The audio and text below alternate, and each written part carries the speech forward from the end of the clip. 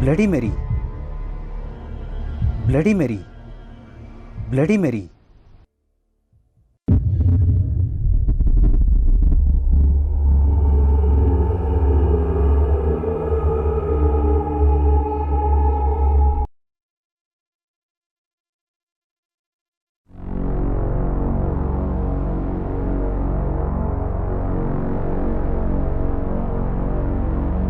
मोमबत्ती की पीली धुंधली रोशनी पूरे कमरे में फैली हुई थी।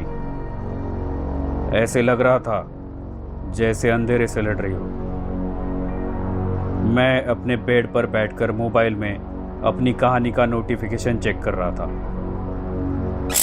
वो आईने के सामने आराम कुर्सी में बैठी हुई थी। उसके हाथ में कुछ था जिसे सहलाते हुए वो आराम कुर्सी पर बैठे बैठे बोली, तुम्हें क्या लगता है रात के 2:30 से 3:30 के समय हाथ में अगर मोमबत्ती लेकर ब्लडी मेरी, ब्लडी मेरी, ब्लडी मेरी ये नाम अगर पुकारा जाए तो सच में ब्लडी मेरी आती है?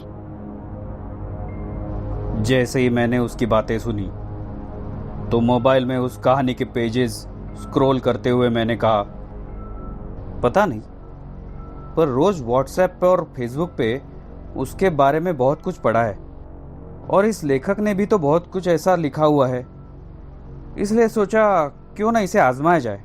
बस इसलिए ट्राई करके देखा। मैंने मोबाइल में झांकते हुए ही उसे जवाब दिया तो वह हंस पड़ी और हंसते हंसते उसने कहा,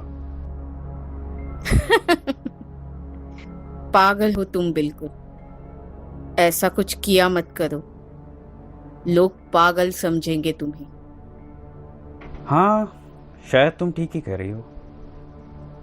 ऐसा कहकर मैंने अपना मोबाइल बाजू में रख दिया। चलो अब सो जाओ, मुझे भी बहुत देर हो रही है। शायद मुझे अब चलना चाहिए। ये कहते हुए वो चेयर से उठकर मेरे बेड के पास आकर खड़ी हो गई। जैसे ही मैंने उसकी तरफ देखा तो मेरा कलेजा कांपने लगा। मेरी आंखें मानो फटी की फटी रह गई। गरजती बिजलियों की रोशनी में उसकी सड़ी हुई घिनौनी शक्ल देखकर मेरे रोंगटे खड़े हो गए। मैं डर के मारे चिल्लाने ही वाला था, उतने में बहुत जोर से आवाज हुई और मैं नींद से जग गया। कलेजा जोर जोर से धड़क रहा था।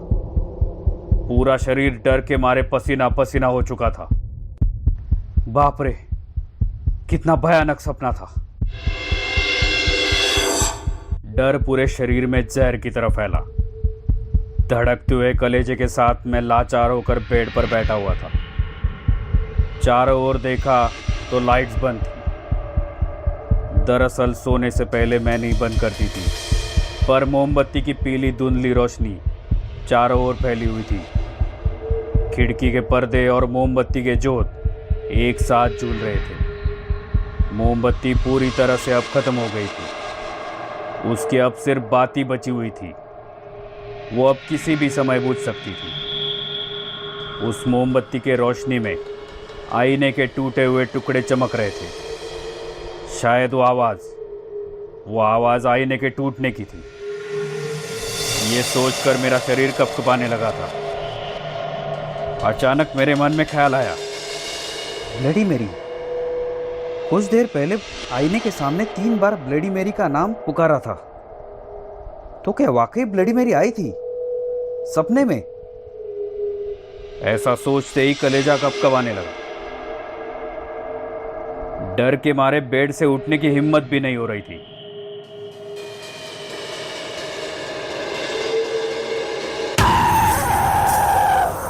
क्योंकि अगर किसी ने बेड के नीचे से मेरे पैर पकड़ लिए और अंदर खींच लिया तो, पर उठना तो पड़ेगा ही, क्योंकि मोमबत्ती कभी भी बुझ सकती है। और अगर ऐसा हुआ तो पूरे कमरे में खौफनाक अंधेरा छा जाएगा। और फिर ये सोच के ही मेरा माथा पसीना पसीना हो गया था। मैं बेड से उठकर लाइट्स ऑन करने के लिए बढ़ने लगा। खुद के घर में यूं चोरों की तरह आगे बढ़ रहा था। आखिर गलती तो मेरी ही थी। मुझे ही भूत बुलाने के शौक चढ़े थे। सामने के दीवार पर घड़ी में अब 3:20 AM हो चुके थे।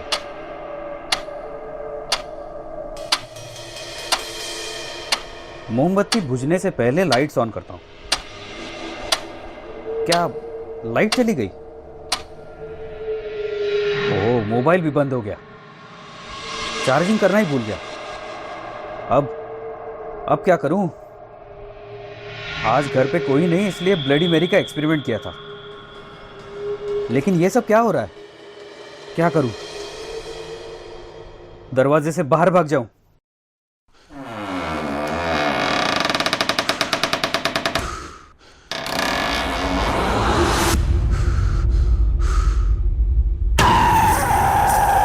नहीं, अगर वो दरवाजे के बाहर हुई तो?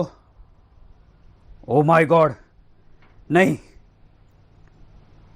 आखिरकार मोमबत्ती बुझ गई। चारों ओर अंधेरे ने कब्जा कर लिया। चारों ओर सिर्फ और सिर्फ काला गहरा अंधेरा था। सिर्फ घड़ी के सेकंड की आवाज चारों ओर घूम रही थी।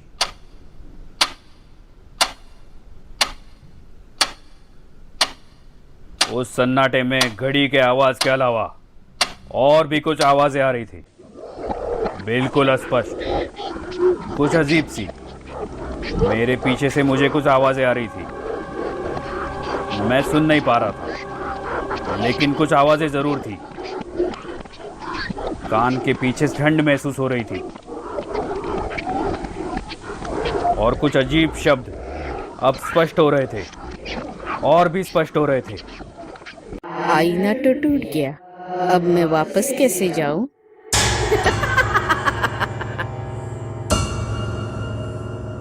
ये कहानी आपको अच्छी लगी हो तो हमें सब्सक्राइब करें